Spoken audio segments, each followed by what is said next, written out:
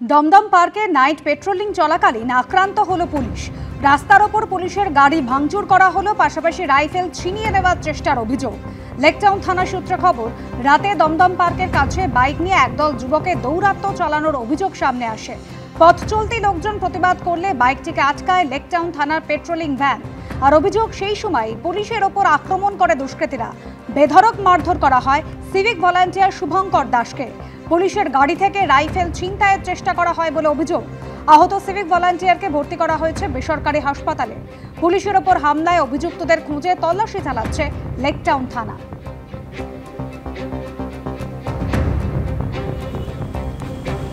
দমদম পার্কে night patrolling চলছিল, সেই সময় আক্রান্ত হলো পুলিশ। রাস্তার ওপর পুলিশের গাড়ি ভাঙচুর করা হলো, রাইফেল ছিনিয়ে নেওয়ার চেষ্টা হলো বলে অভিযোগ।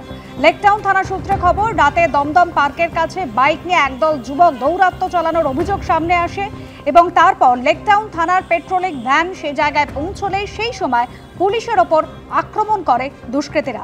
সিভিক ভলান্টিয়ার শুভঙ্কর দাস, তাকে বেধড়ক মারধর করা হয়েছে, আক্রান্ত হয়েছেন তিনি। তার গাড়ি থেকে রাইফেল ছিনতাইয়ের চেষ্টা করা হয় বলে অভিযোগ।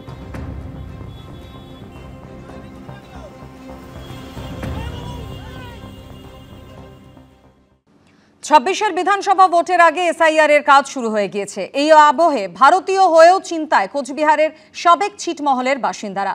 কার্যত আতঙ্কিত বলেই দাবি করছেন সেখানকার একাধিক বাসিন্দা। অন্যদিকে ভারতের থেকেও দুই জেলার টানাপোড়েনে 2002 সালের তালিকায় নাম ওঠেনি নদিয়ার চক যাত্রা সিদ্ধির বহু বাসিন্দার। এসআইআর আবহে চিন্তায় রয়েছেন তারাও। আতঙ্কিত আমরা। আমাদের ক্ষেত্রে কি আলাদা করে কোনো নোটিফিকেশন হবে? নাগরিকত্ব হারানো ভয় আর কি, এই একটা মনে একটা আতঙ্ক আর কি। বিধানসভা ভোটের আগে শুরু হয়ে গেছে ভোটার তালিকার বিশেষ সংশোধনের কাজ।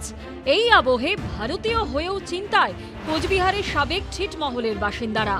2015 সালে ভারত বাংলাদেশের ছিটমহল বিনিময়ের সময় কোচবিহারে থাকা 51টি বাংলাদেশি ছিটমহল এদেশে অন্তর্ভুক্ত হয়। প্রায় 14,000-এর বেশি বাংলাদেশি ছিটমহলে থাকা মানুষ ভারতের নাগরিকত্ব পান। তারপর তৈরি হয় তাদের এদেশের আধার কার্ড, ভোটার কার্ড। 2002 সালের ভোটার তালিকার উপর ভিত্তি করেই এসআইআর হচ্ছে রাজ্যে। স্বাভাবিকভাবেই সেই তালিকায় নাম ছিল না তৎকালীন ছিটমহল দক্ষিণ মশালডাঙ্গার বাসিন্দাদের। এই প্রেক্ষাপটে কার্যত দুশ্চিন্তায় রয়েছেন তারা। এসআইআর ঘোষণা হওয়ার পর থেকেই আতঙ্কে ভারতের ছিটমহলের বাসিন্দারা। 2015 সালের পর তারা ভারতীয় নাগরিকত্ব পেয়েছিলেন, রয়েছিল তাদের ভোটার কার্ড এবং আধার কার্ড। কিন্তু এসআইআরের ক্ষেত্রে 2002 সালের ভোটার তালিকাকেই ভিত্তিবশত ধরা হচ্ছে, যার ফলে সেই তালিকায় তাদের নাম নেই। আর এখানেই চিন্তার কারণ হয়ে দাঁড়িয়েছে ছিটমহলবাসীদের। যদি মূল ভূখণ্ডের মতো আমাদেরকে এসআইআর করা হয়, তাহলে আমরা এই ক্ষেত্রে তো কোনো কিছু ডকুমেন্টস দেখাইতেই পারবো না, আমাদের কোনো কিছু নাই। গভর্নমেন্ট আমাদেরকে ভোটার কার্ড দিল, এবার গভর্নমেন্ট বলছে এই ভোটার কার্ড তোমার আসল কিনা তোমরা প্রমাণ করো। আমাদের প্রমাণ করার সাধ্য নেই। 11 লিস্টে যে হলো, দুই দেশের অফিসাররা মিলে যে করলো, অধিকাংশ মানুষ যারা আছে তাদের কিন্তু নামের সঙ্গে বর্তমান ডকুমেন্টস এর অনেক মিসম্যাচ আছে। 2015 আমাদের ছিটমহলের লোকেরা ভারতীয় আমরা হইলাম। এখন যে এফআইআর বলতে 2002-এর কাগজ লাগবে। 2002-এর আমরা তোরা তো দিতেই পারবো না। আমাদের কাগজ হলো আমরা 2015 পরে আর কি। তারপরে আমাদের রেশন কার্ড, ভোটার ফটো, আধার কার্ড এগুলো হইলো। আপনার ডকুমেন্ট তো আমরা দেখাইতে পারবো না। কোনো ডকুমেন্ট না দেখাইতে পারলে উঠাইয়া দিবে এখান থেকে।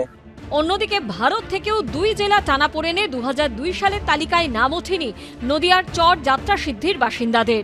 আর তার জেরেই এসআইআর আবহে চিন্তায় রয়েছেন 1157 জন ভোটার। 2009 সালে প্রথম ভোটার লিস্টের নাম ওঠে, 2002 সালের নাম নেই। হুগলি, নদিয়া, চাপানুতর। হুগলি বলছে নদিয়ায় তোমরা যাও, আমরা বললাম আমরা হুগলিতে যাব। হুগলি, নদিয়া এমনি করে করে এতদিন আমাদের ভোটে নাম উঠেনি। আতঙ্কে আমরা পড়ে রয়েছি, কি হবে। কল্যাণী চর যাত্রা সিদ্ধির বাসিন্দাদের দাবি, তারা নদিয়ায় বসবাস করলেও একসময় তাদের কাগজপত্র ছিল হুগলির ঠিকানায়। কোন জেলার ভোটার তা নিয়ে টানাপোড়েন শুরু হতেই ভোটার তালিকা থেকে নাম কেটে দেওয়া হয় তাদের। ফলে 2002-এর তালিকায় নাম ছিল না অনেকের।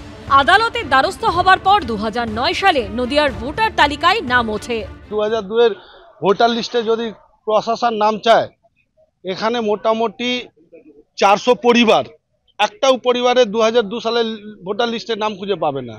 যেহেতু এখানকার মানুষ লাস্ট 1981 সালে বালাগড় বিধানসভায় লাস্ট ভোট দিয়েছে, তখন হুগলি ডিস্ট্রিক্টে ভোট হতো। ওই 1981 সালে লাস্ট ভোট হওয়ার পর এখান থেকে প্রশাসন বলে দিল এটা নদিয়া ডিস্ট্রিক্ট। কি হবে এই চর যাত্রা সিদ্ধির বা দক্ষিণ মশালডাঙ্গার বাসিন্দাদের? জল্পনার সঙ্গে শুরু হয়েছে রাজনৈতিক তরজা। তড়িঘড়ি করে হঠকারী সিদ্ধান্তে যে বা যারা বিপুল পরিমাণ মানুষ অনিশ্চয়তা এবং উদ্বেগে পড়ছেন, এই ছিটমহল সংক্রান্ত যারা বাসিন্দা আছেন তারা তাদের মধ্যে অন্যতম। এটা নিশ্চিতভাবে রাজ্য সরকার, প্রশাসন, আমাদের দল গোটা বিষয়টা খতিয়ে দেখছে, পাশে আছে। ছিটমহলবাসীদের ভারতীয় নাগরিকত্ব দিয়েছেন কেন্দ্রীয় সরকার। তৃণমূল কুমিরের কান্না কাঁদছে। যদি ছিটমহলবাসীকে ভোটাধিকার না দেওয়া হয় অথবা নাগরিকত্ব না দেওয়া হয়, কেন ছিটমহল বিনিময় হলো, এদের জন্য আমাদের কেন্দ্রীয় সরকার এবং প্রধানমন্ত্রী ভাবছেন। এসআইআর আবহে এই মানুষগুলোর চিন্তা কিছুতেই কমছে না। শুভেন্দু ভট্টাচার্য, সুজিত মণ্ডল ও সৌমিত্র রায়ের রিপোর্ট, এবিপি আনন্দ। এসআইআর আবহে এবার বিজেপি নেতাদের উল্টো করে গাছে ঝুলিয়ে পেটানোর হুঁশিয়ারি দিলেন হারোয়ার তৃণমূল নেতা। কোনো বৈধ ভোটারের নাম বাদ গেলে ছেড়ে কথা বলা হবে না বলেও হুঙ্কার ছাড়লেন তৃণমূলের পঞ্চায়েত সমিতির সহ সভাপতি। পাল্টা চ্যালেঞ্জ এসেছে বিজেপির থেকেও। স্থানীয় যারা বিজেপির নেতারা যদি এখানে ঢোকেন, ঘিরে ধরবেন এদেরকে, বলবে বাবা ঠাকুরদার সার্টিফিকেট নিয়ে তারপর প্রচার করতে আসবেন। বেঁধে রাখবেন, বেঁধে রাখবেন গাছে। এসআইআর আবহে বিজেপি নেতাদের গাছে বেঁধে রাখার দাওয়াই আগেই দিয়েছিলেন অভিষেক বন্দ্যোপাধ্যায়। প্রায় একই সুরে গাছে বেঁধে রাখার হুঁশিয়ারি দিয়েছেন বাসন্তীর তৃণমূল বিধায়কও। আমরা কিন্তু তাদেরকে গাছের গায়ে বেঁধে রাখবো। এবার তৃণমূলের শীর্ষ নেতৃত্বে দেখানো পথেই আরও এক কদম এগিয়ে গেলেন হারোয়ার তৃণমূল নেতা। বিজেপি নেতাদের উল্টো করে গাছে ঝুলিয়ে পেটানোর হুঙ্কার ছাড়লেন হারোয়া পঞ্চায়েত সমিতির সহ সভাপতি আব্দুল খালেক মোল্লা। তাকে সিধা করে না, তাকে উল্টো করে গাছে ঝুলিয়ে দেয় পেটাবো। মঙ্গলবার থেকে এনুমারেশন ফর্ম নিয়ে বাড়ি বাড়ি যাবেন বুথ লেভেল অফিসাররা। শনিবারই শেষ হয়েছে বিএলওদের চূড়ান্ত প্রশিক্ষণ। তৃণমূল সূত্রে খবর, শুক্রবার দলের 18,000 নেতা ও পদাধিকারীদের নিয়ে ভার্চুয়াল বৈঠকে এমনই নির্দেশ দিয়েছেন অভিষেক বন্দ্যোপাধ্যায়। এরপরে হারোয়ায় বুথ লেভেল এজেন্টদের দায়িত্ব সামলাবেন যারা, শনিবার তাদের নিয়ে একটি বিশেষ সভা করেন হারোয়ার তৃণমূল নেতা আব্দুল খালেক মোল্লা। সেখানে বিজেপি নেতাদের গাছে উল্টো করে ঝুলিয়ে পেটানোর হুমকি দেন হারোয়া পঞ্চায়েত সমিতির সহ সভাপতি। আমাদের ভোটার, বৈধ ভোটারকে যদি বাদ দেয়, আমি আজকেও বললাম, বিজেপির কোনো লিডার যদি এই মোস্তানি করতে আসে, তাকে সিধা করে না, তাকে উল্টো করে গাছে ঝুলিয়ে দেয় পেটাবো। বৈধ ভোটারকে ভারতীয় নাগরিক থেকে যারা রোহিঙ্গা বলে তকমা লাগাবে, তাদেরকে আমরা ছেড়ে কথা বলবো না। তৃণমূল নেতার উদ্দেশ্যে পাল্টা হুঙ্কার এসেছে বিজেপি থেকেও। যখন পঞ্চায়েত সমিতি সভাপতি ছিল, 10 থেকে 12,000 ভুয়ো রেশন কার্ড বানিয়ে রেখেছে এই খালেক মোল্লা। ব্যবস্থা হবে, গাছে উল্টো করে কে কাকে বাঁধাবে, কিভাবে ঝোলাবে, আবার বর্ডার কিভাবে উল্টো করে ফেলা হবে, তার জন্য ভারতীয় জনতা পার্টি, সাধারণ মানুষ, হারোয়ার মানুষ প্রস্তুত আছে। পশ্চিমবঙ্গে এসআইআর প্রক্রিয়া শুরু হতেই পাল্লা দিয়ে বাড়ছে তৃণমূল নেতাদের হুঙ্কার। কোনো বৈধ ভোটারের নাম বাদ গেলে কেউ দিচ্ছেন লন্ডভন্ড করে দেবার হুঁশিয়ারি, কেউ রক্তগঙ্গা বইয়ে দেবার কথা বলছেন, কেউ আবার বিএলওদের বেঁধে রাখার দাবাই দিচ্ছেন। কোনো তৃণমূল নেতা আবার হুঁশিয়ারি দিয়েছেন ডিটেনশন ক্যাম্প গুড়িয়ে দেবার।